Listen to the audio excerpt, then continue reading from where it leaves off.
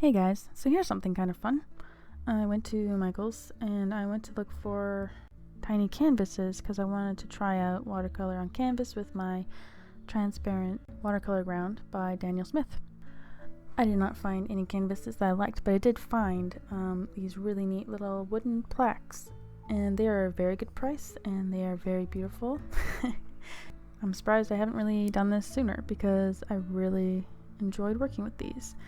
I ended up picking ones that had knots in the wood because I thought the color and the pattern of the beveled edge was really lovely.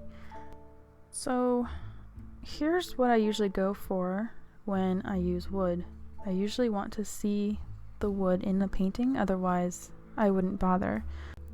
And that's why I was really excited about using Daniel Smith's transparent watercolor ground, because I thought that if I could paint watercolor on a solid surface like wood, being able to paint on a solid surface like wood without painting the whole thing white would be a dream come true. So I applied quite a thick layer of it on.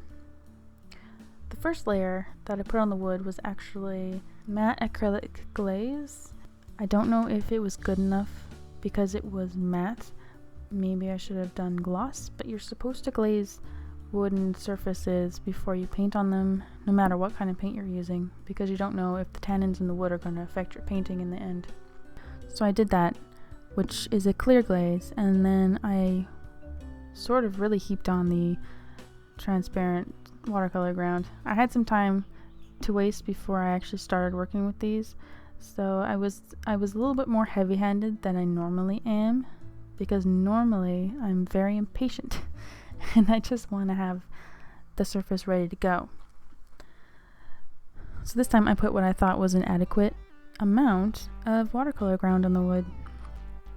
And then I'm thinking that maybe it was just a little bit too thick, because on the heart was actually quite white when I started.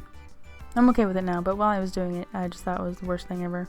So each of these plaques are going toward my Places series. So I have a main painting, this, for the Edmonton painting I'd done, you've seen that, and the White Rock one, which I may have uploaded already. And I wanted to have a whole bunch of little studies to go along with it, because I'm sort of seeing this in my head as a future gallery showing, maybe something like that. So I really wanted to have main image and then have the studies sort of around it. So on the heart I did paint some magpies for the Edmonton theme, and on the oval one I did a bumblebee on the blue flowers for the White Rock theme. But this time I really wanted to experiment. So I took some acrylic gel medium and I glazed the heck out of this. So I took my palette knife and I put a rather large amount of gel medium on this. It was very much like icing a cookie or putting cream cheese on a bagel. It had a very food sort of feeling to it, which was really fun. I was mostly going for a deeper look. I wanted the bird and the bumblebee to look like they were embedded. I think I was inspired by resin paintings, where people paint and then they pour resin inside and then paint again, and then maybe they pour more resin inside, like I wanted the multi-layer kind of look. I don't think that's quite what I ended up with, but I do like how it turned out. I can really see myself doing this again. I would actually really like to try it with resin. I really like it. I think they look really cool. So yeah, it's totally worth a shot. If anyone's done this with resin, I'd like to hear how that turned out, how it compares.